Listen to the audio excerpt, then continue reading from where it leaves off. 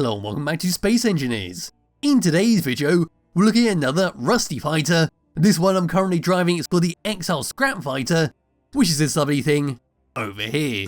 So this is like a beaten down ship that's been abandoned for many years that was put together a few scrap pieces here and there to make it into a functional ship.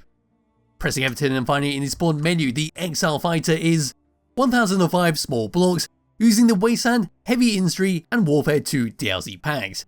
Got a little bit of information about it on the Steam Workshop page, such as it uses no mods, it's a ground attacker, and it does have a small turret on top to blast any pesky drones that come near you.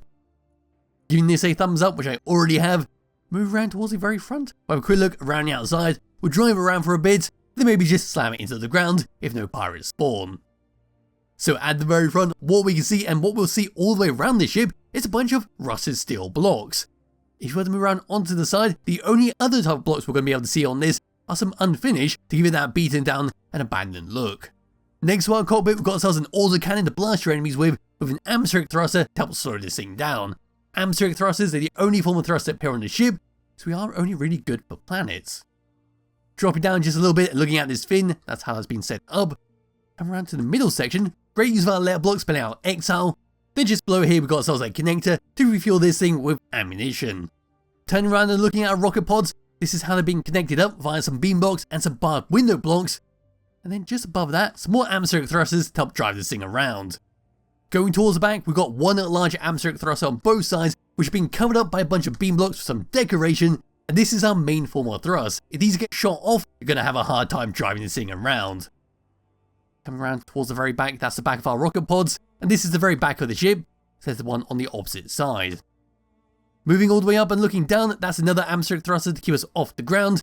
There's another one to help move us down, an antenna to make sure we can always find this thing. Here's our little turret made out of a Gatling gun on a rotor on a hinge.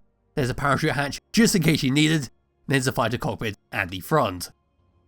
Dropping down and coming underneath it, this is what we get. So instead of having a traditional landing gear, what we've got are little protruding blocks come all the way down and act as like a little skate. You can see the one next to our rocket launchers right there.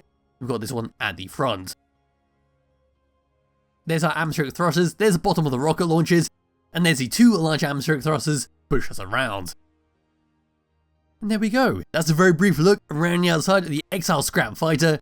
It does look great with how it's all been set up. But now what I can do is just grab hold of my character, come over to tab number 1, because it's time to go through the controls. Now do excuse the water in the background because I was testing out a very large ship, but unfortunately it was a bit too much for my computer to handle, so I had to scrap it. But anyway, number 1 is going to be for our Gatling guns at the front, or the autocannons even, which are right next to our cockpit. They fire both together. Number 2 is going to be for our rocket launchers, which fire on a salvo script, but they'll fire on a 1, 2, 3, 4 pattern. There we go, we see how that's firing. Number 3 is for our custom weapon controller, which can be for our turret on top to turn the AI on and off. Number 5 is for our parachute hatch to manually open and close. Number 7 is for our antenna on and off. And then number 8 is for our connector underneath to lock and unlock it. On to tab number 2, 3 and 4, we've got nothing else, so it's time to apply this thing around. So moving forwards, we've got some nice speed, but it is not the fastest thing in the world, and is exceptionally slow coming to a stop. You will have to do a 180 to slow this thing down in a reasonable amount of time, so do be aware of that when approaching a station. Moving left, there we go, and then moving right, some nice speed with that. Moving up, there we go. Moving down with the help of our thruster and gravity, we've got some nice speed with that. Yes, our strongest is moving forwards, and our weakest is slowing down. But as for gyroscope controls, this is what we get. We are pretty heavy while moving this thing around, but it's just enough to do a 180 and stop ourselves in time if you were charging towards the station. But that is pretty much it for the Exile Scrap Fighter. It's a lovely looking ship if you do want to have a more beaten down, scrappy looking design. It fits in perfectly with Pertam if you want to have a more rusted look. And there'll be a link to its description below if you do wish to download and play around with it yourself. Highly recommend you do. And to finish this off, what we're going to do is come underwater to see how this handles. So all the way down, and there we go. We just instantly explode. As soon as we hit the water, there's nothing left of that. I was not expecting that to happen. I was actually hoping it was going to go underwater and act like a submarine. But there we go. That just vanished into the depth. Yes, thank you all for watching. I'll be back with another video some point soon. Bye bye.